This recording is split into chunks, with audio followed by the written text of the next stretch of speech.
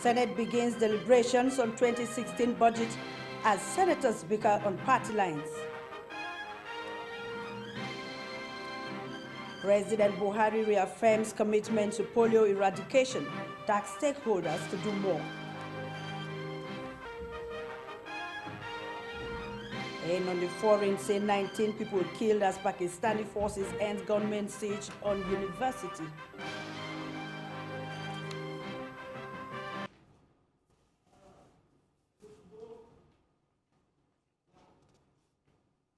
Good evening, welcome to the main news bulletin on Independent Television. I am Lulu Bankong. A federal high court sitting in Abuja has ordered the leader of the indigenous people of Biafra, PIOB, Nnamdi Kanu, that be remanded in prison. The presiding judge, Justice John Soho, gave the orders after Kanu's arraignment by the DSS over a 6-count charge bordering on treasonable felony and terrorism. Nnamdi Kanu, who was arraigned with Benjamin Madubogu and David Nwusi, pleaded not guilty to the charges. During the arraignment, the Director of Public Prosecution, Mohammed Diri, applied to remand the accused persons to DSS custody. But the Defense Counsel, Chuks Moma, SAN, opposed the application and also applied for Kanu's bail. After hearing the arguments by both counsels, the judge, Justice Soho, remanded Nnamdi Kanu in Kuje prison. Counsel to Federal Government, Mohammed Diri, and Counsel to Nnamdi Kanu, Chuks Moma's SAN, reacted to the proceedings.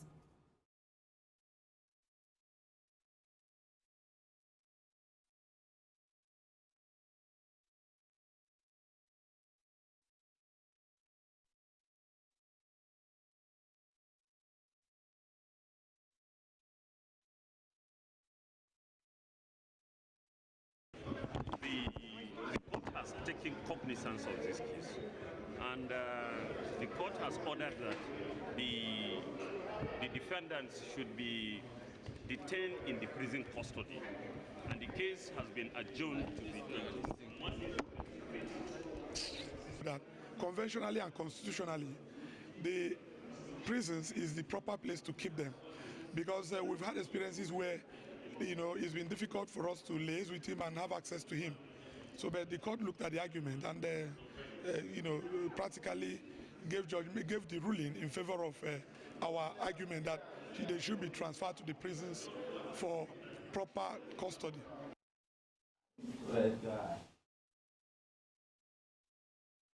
The court, however, fixed 25th January for hearing on Kanu's bail application. The Senate Wednesday commenced debate on the 2016 budget proposal laid before it by President Muhammadu Buhari on the 22nd December 2015. The debate was led by Senate leader Ali Ndume, who pointed out the need to take another look at the oil benchmark and the effect it will have on the budget and diversification of the economy.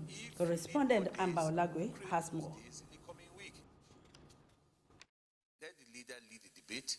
Those who contribute to the debate should contribute, and if you need more days, we will create those days in the coming week. Distinguished colleagues, I would like us to make progress on this matter. Our appeal that we allow the leader to lead the debate, and we take from there.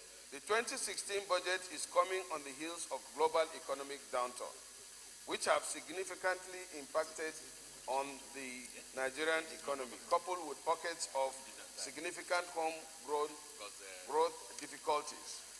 The budget is aimed at promoting inclusive growth, including the poor and the vulnerable. However, it will be challenged by a decline in oil prices and slowdown in global economy. The 2016 budget, titled Budget of Change, said to be aimed at promoting inclusive growth, was said to be dead on arrival by Senator Unyinanya Baribe.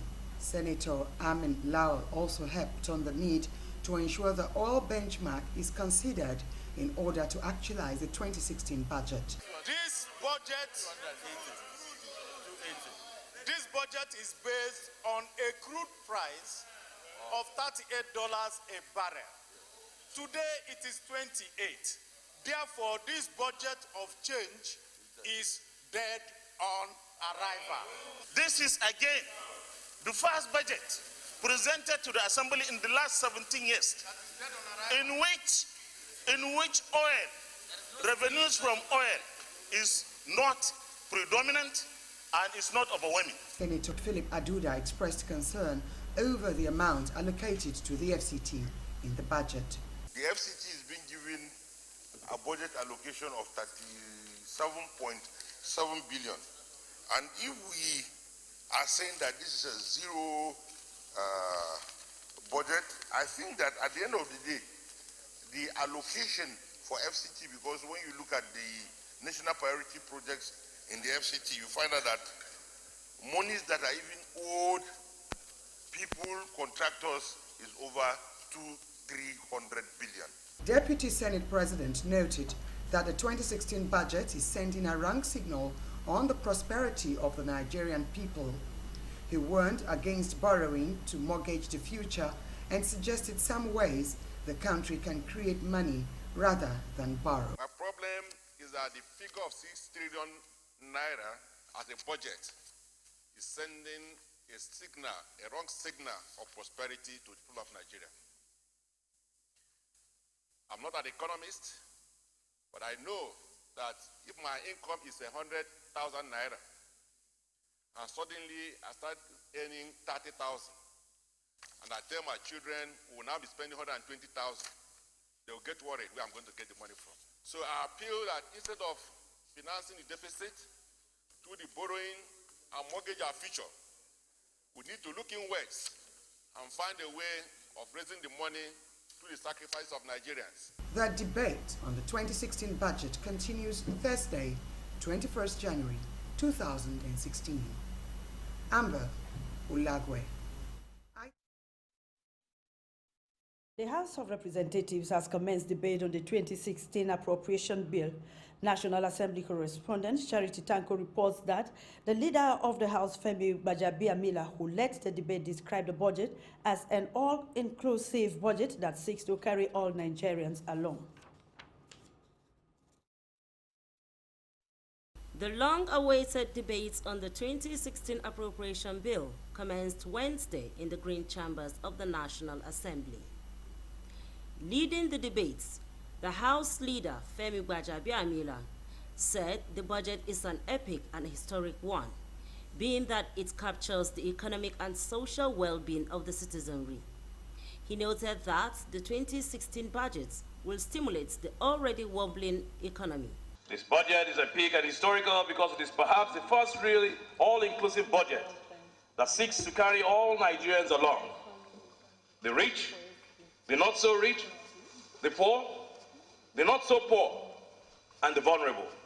This is what the proposals contained in this budget seek to do: to stimulate an otherwise wobbling economy by infusing and injecting 6.8 trillion or 6.08 trillion naira into the economy, particularly its capital component of 1.85 trillion.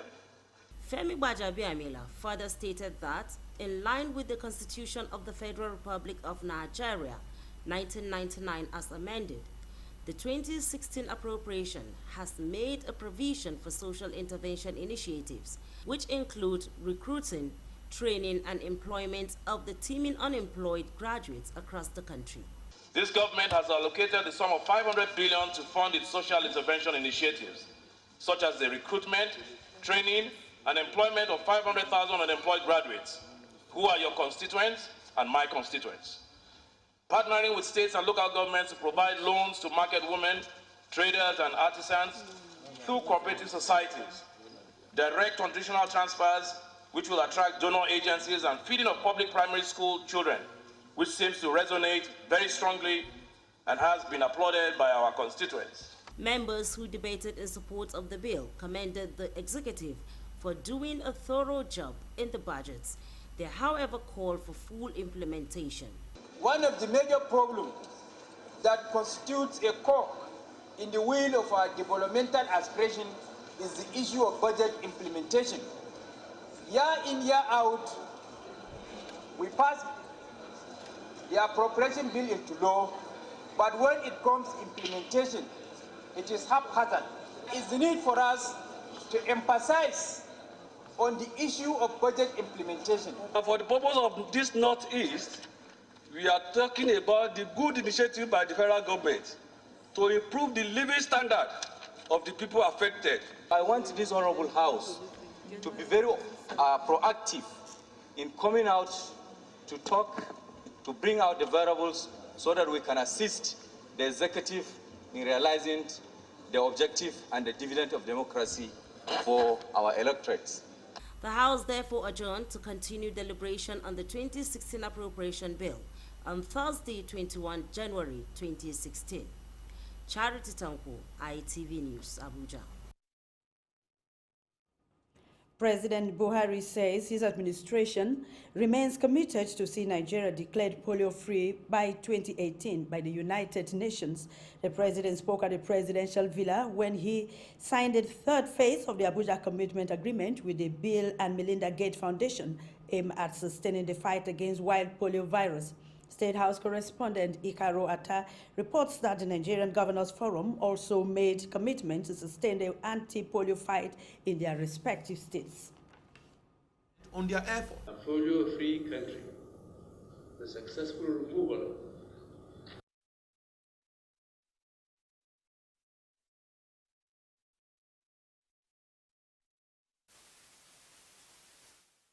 That was President Muhammadu Buhari signing the third phase of the Abuja Commitment Agreement with the Bill and Melinda Gates Foundation. Speaking, the president said his administration remains committed to total eradication of polio while tasking stakeholders not to relent on their effort. A polio-free country, the successful removal of Nigeria as a polio-endemic country is an enormous achievement for our country that should not be understated.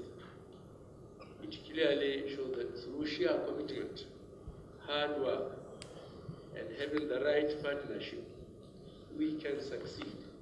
World richest man Bill Gates and Africa's richest man Aliko Dangote both spoke and reassured the president of their highest support. With tremendous support from traditional institutions, religious leaders, your health staff and partners, this has happened. Polio circulation has stopped. But we're definitely not finished, and the worst thing we can do is lose focus on the goal. We all need to honor this commitment, right from the federal government, the states, the local governments, our traditional, the local government chairman, the traditional rulers to achieve a polio-free Nigeria.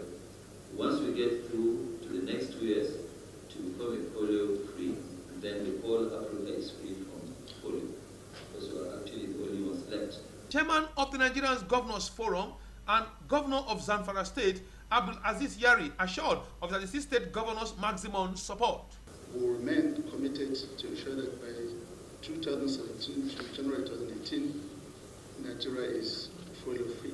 Mr. President, this updated Abuja commitment will carry us across the finish line. Over the next 2 years, I will ensure that you receive a report each quarter on whether these commitments have been met. From the Asura Presidential Villa, I'm Ikaro Atta, ITV News, Abuja. The Oyo State government Monday denied allegations that children died of measles in Ibadan, the state capital. The Permanent Secretary, Ministry of Health, Dr. Yemisi Iyola, told newsmen that the claims that some children died in Sabo, Ibadan was unfounded because the ministry searched and found no record of any measles-induced death. Iyola, however, explained that a team of experts collected samples from 5 children who had symptoms and signs of measles, adding that the samples had been sent to Lagos for test and confirmation. The Minister of Information and Culture, Alhaji Lai Mohammed, has again condemned corruption, describing it as the greatest threat to the nation's democracy. Lai stated this when he received the leadership of a civil society organization, Save Democracy Africa, led by the former Speaker of the House of Representatives, Honorable Gali Naraba. He added that until corruption is fought and likely defeated, the nation will be on the dark side of nationhood.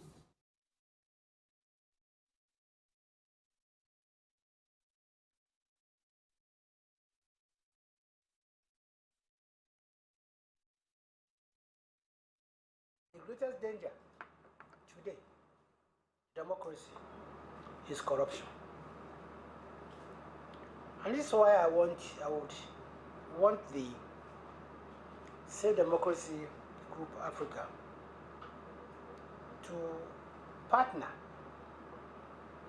with government. No matter what they do, if corruption is not tamed, there will be no democracy.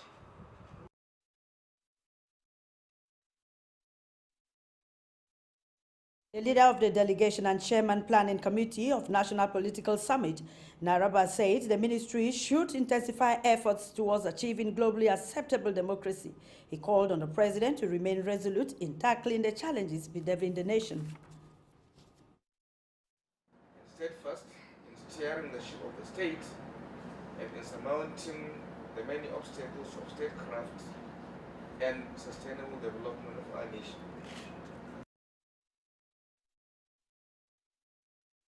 Speaking, the group's chairman, Board of Trustees Ibrahim Mantu, said the aim of the group is to entrench democracy without bitterness, adding that there is a need to ensure democracy survives in the country. We must build the kind of democracy that we need to play in Nigeria. Democracy is much preferred than any other military regime. The worst democracy, they say, is better than the best military or dictatorship. You see your ministry as a natural partner for us to advance the objectives and aims of self-democracy in Nigeria.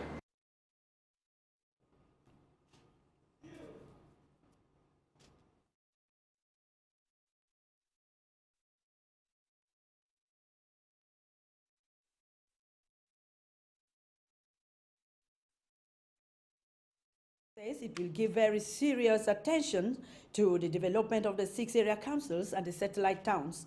FCT Minister Malam Muhammad Musa Bello gave this assurance Wednesday while receiving briefs from the FCT Area Council Services Secretariat at the banquet hall of the minister's official residence in Life Camp. The minister therefore charged the professional departments in the secretariat to work in harmonious relationship to actualize this lofty vision. Malam Bello reiterated that if the satellite towns are given the required attention by providing the necessary infrastructure, most residents would not be struggling to remain in the city center. According to him, the Area Council Services Secretariat has the task of providing quality policy framework to make these areas more conducive, which will in turn reduce the pressure in the city center. Nigerians have been urged to help relevant agencies in the fight against corruption in the country. Coordinator of the Joint Faith Peace Initiative made the call in an interview with journalists Wednesday in Abuja, noting that government should also provide enabling environment for citizens to participate in the war against corruption.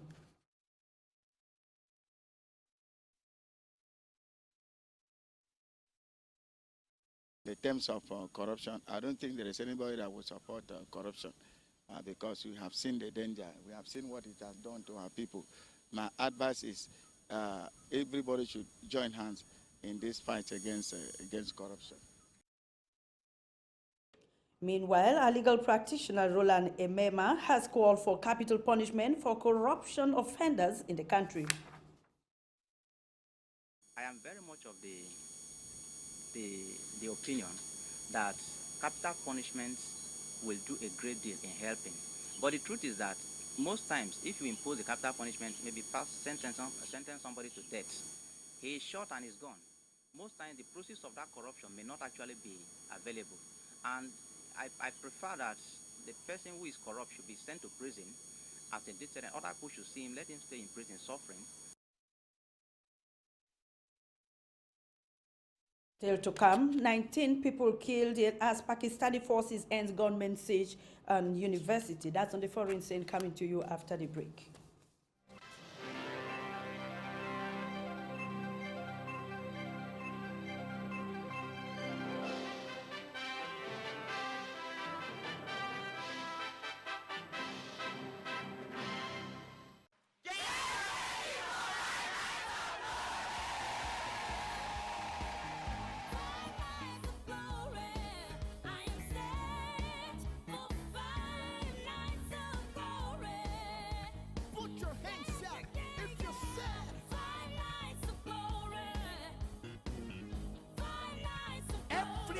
abnormality in your life, everything contrary in your destiny, today, not tomorrow, that evil is averted forever. 5 Nights of Glory 2016, Salvation Ministries Church, Abuja, at O'Neill Center, 360 Obafemi Awolowo Way, Jabi District, Abuja, from 18th to 22nd of January 2016. For more inquiries, visit www.5nog.org. Get ready.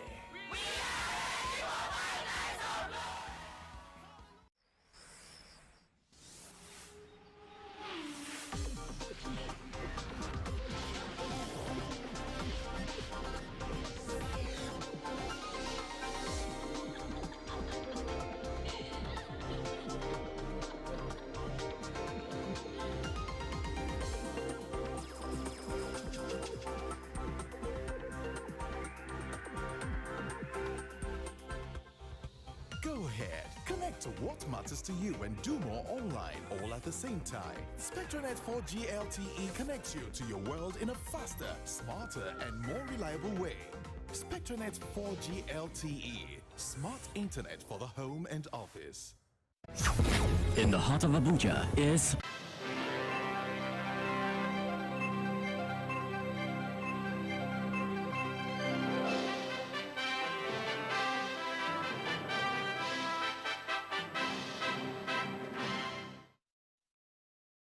You are still watching the main news bulletin on independent television.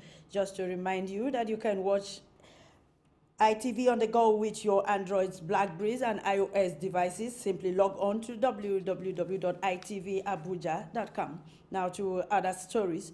The Central Bank of Nigeria has directed commercial banks and other financial institutions under its regulation to commence charging 50 naira per eligible transactions in accordance with the provisions of Stamp Duties Act.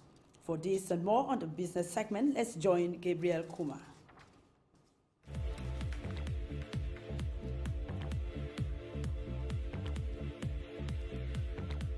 Hello and welcome to Business Segment. In line with the federal government's drive to shore up non-oil revenue, the Central Bank of Nigeria, CBN, has directed commercial banks as well as other financial institutions under its regulation to, with immediate effect, commence charging 50 naira per eligible transaction in accordance with the provisions of the Stamp Duties Act and the Federal Government Financial Regulations 2009. The fee would be charged on all receipts given by any bank or other financial institutions to acknowledgements of services rendered in respect of electronic transfer and other teller deposits from 1,000 naira and above. It however explained that payments, deposits, or transfer by self to self, whether inter or intra-bank, and any form of withdrawals, transfers from savings accounts are exempted from imposition of stamp duties. Also, the charges would only be paid by receiving accounts. And on the foreign scene, security forces have ended a gun and bomb attack on a university in northwestern Pakistan, in which 19 people were killed and several others injured. For these stories and more, let's join Francisca Oga. News segment, I am Francisca Oga. Security forces have ended a gun and bomb attack on a university in northwest Pakistan, in which 19 people were killed and 17 injured.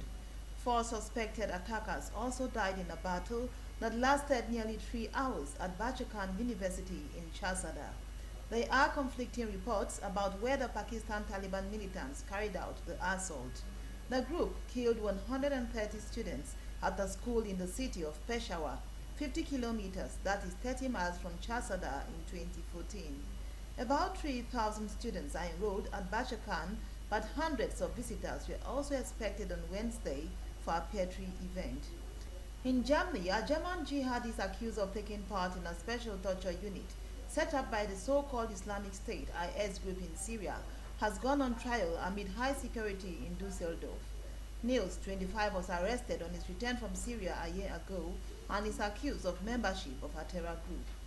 He is alleged to have joined an IS unit that tracked down and killed deserters. Since his return, he is said to have given police 40 interviews about the inner workings of the jihadist group.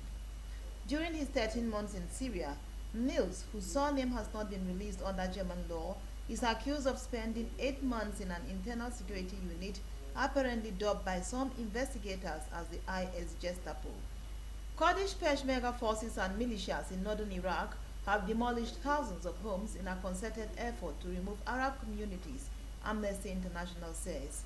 A new report alleges they did so in revenge for the Arabs' perceived support for so-called Islamic State IS.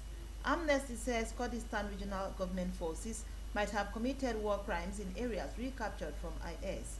But a KRG spokesman said the damage was the result of fighting and airstrikes.